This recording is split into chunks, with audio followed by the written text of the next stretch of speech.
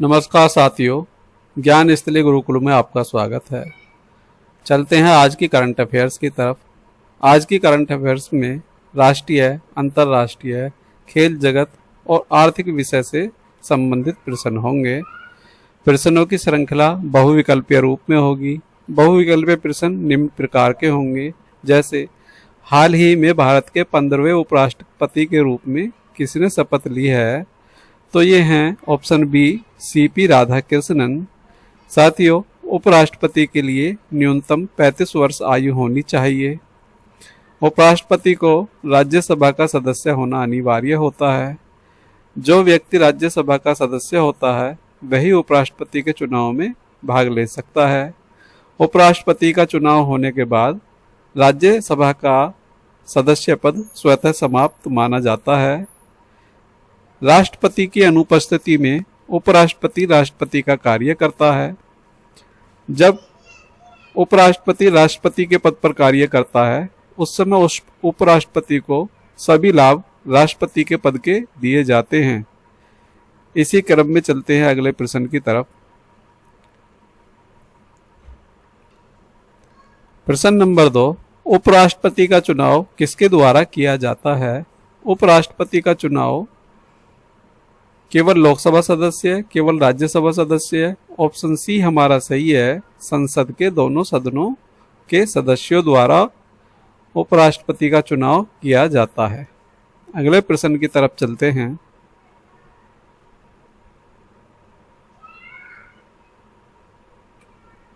प्रश्न नंबर 3, छत्तीसगढ़ के गरियाबंद जिले में हाल ही में किस समस्या से जुड़ा बड़ा अभियान हुआ है?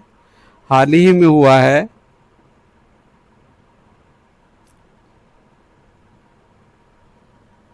ऑप्शन बी हमारा सही है, माओवादी विरोधी अभियान हुआ है।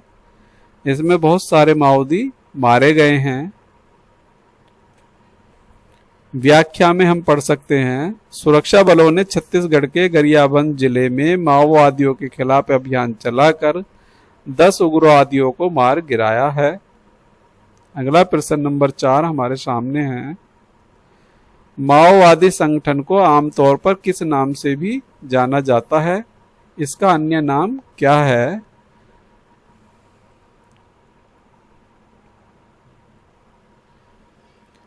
ऑप्शन ए हमारा सही है, इसको नक्सलाइट के नाम से भी जाना जाता है।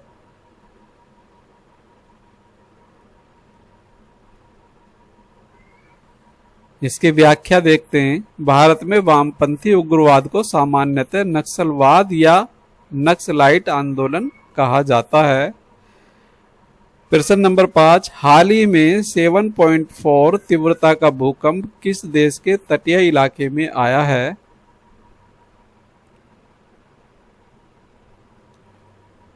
यह रूस में आया है।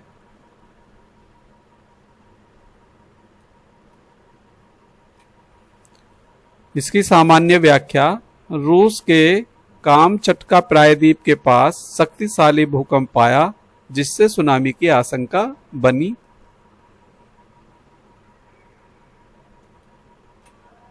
अगला प्रश्न, नेपाल की पहली महिला अंतरिम प्रधानमंत्री कौन बनी हैं? पहली हैं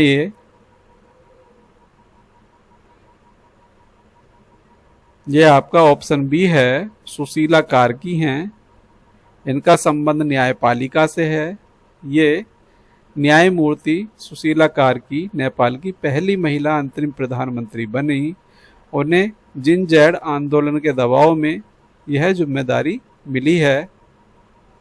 very very most important question है ये। अगला प्रश्न, प्रश्न नंबर 8, नेपाल में हाल ही में सरकार परिवर्तन किस आंदोलन से प्रभावित रहा? यह जिनजैड आंदोलन से प्रभावित रहा। इसके बारे में सामान्य जानकारी, नेपाल में युवाओं की जिनजैड प्रोटेस्ट की वजह से राजनीतिक अस्थिरता हुई और अंतरिम सरकार का गठन किया गया। प्रश्न नंबर 10, उपराष्ट्रपति राज्यसभा के किस पद पर कार्य करते हैं? ऑप्शन बी हमारा सही है। ये राज्यसभा के अध्यक्ष पद पर काम करते हैं, जिसे सभापति भी कहा जाता है। उपराष्ट्रपति अपना त्यागपत्र राष्ट्रपति को देते हैं, राष्ट्रपति अपना त्यागपत्र उपराष्ट्रपति को देते हैं।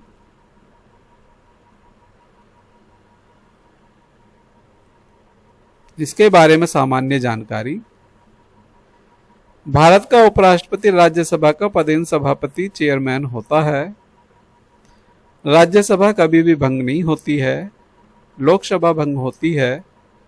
राज्यसभा के 2/3 सदस्य हर 2 वर्ष में सेवानिवृत्त होते रहते हैं।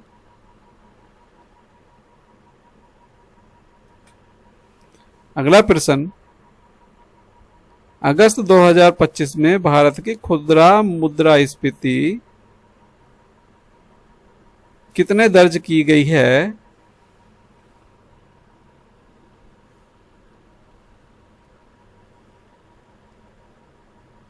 इसका ऑप्शन बी सही है, 2.07%। अगले प्रश्न की तरफ चलते हैं।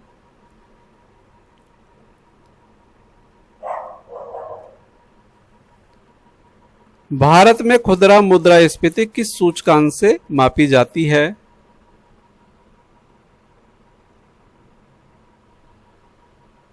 ऑप्शन इसका बी सही है, कंज्यूमर प्राइस इंडेक्स के द्वारा यह नापी जाती है। इसकी शॉर्ट फॉर्म है CPI।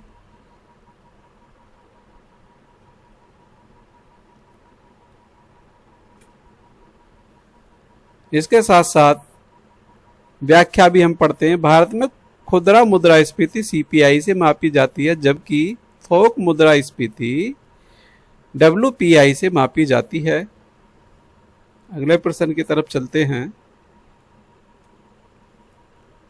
फिच रेटिंग ने भारत की FY26 आर्थिक वृद्धि दर का अनुमान किस स्तर तक बढ़ाया है?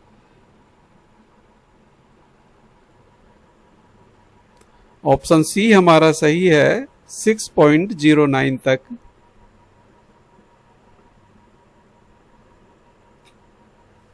अगला प्रश्न, हाल ही में भारतीय रुपए की विनिमय दर डॉलर के मुकाबले किस स्तर तक कमजोर हुई है?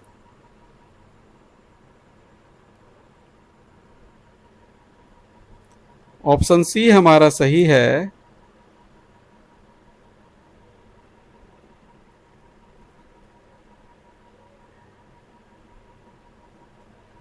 अगला प्रश्न, भारत का विदेशी मुद्रा भंडार फॉरेक्स रिजर्व्स सितंबर 2025 की पहली सप्ताह में कितना दर्ज किया गया है?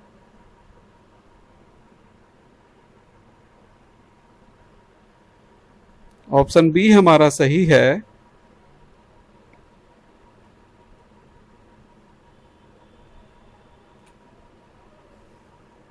GST में हालिया कटौती का मुख्य उद्देश्य क्या था? घरेलू मांग को बढ़ाना है।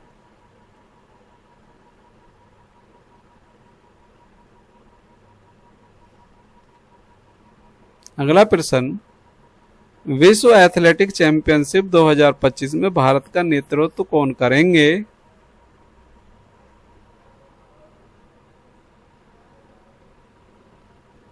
ऑप्शन बी हमारा सही है, नीरज चोपड़ा करेंगे।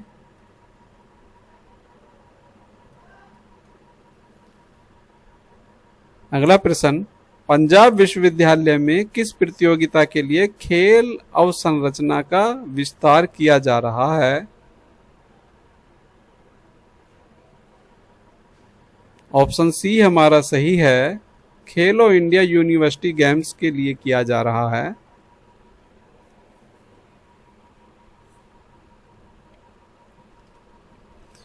इसकी व्याख्या, पंजाब यूनिवर्सिटी 6 करोड़ से अधिक की लागत पर खेलो इंडिया यूनिवर्सिटी गेम की मेजबानी हेतु खेल अवसंरचना सुधार रहा है। प्रश्न नंबर 10, नेशनल स्पोर्ट्स पॉलिसी 2025 का मुख्य उद्देश्य क्या है?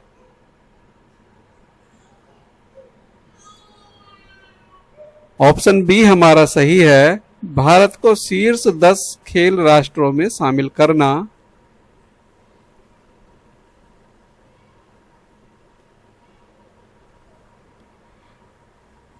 व्याख्या। नेशनल स्पोर्ट पॉलिसी 2025 का लक्ष्य भारत को खेल महाशक्ति बनाना है, जिसमें खेलों को सामाजिक आर्थिक विकास का हिस्सा माना गया है।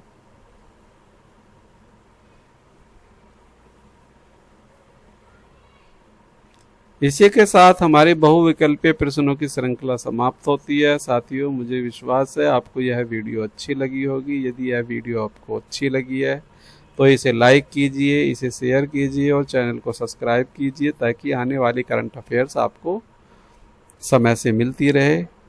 मिलते हैं नई करंट अफेयर्स के साथ अगले वीडियो में। तब तक के लिए जय हिंद, जय भारत। धन्यवाद साथियों।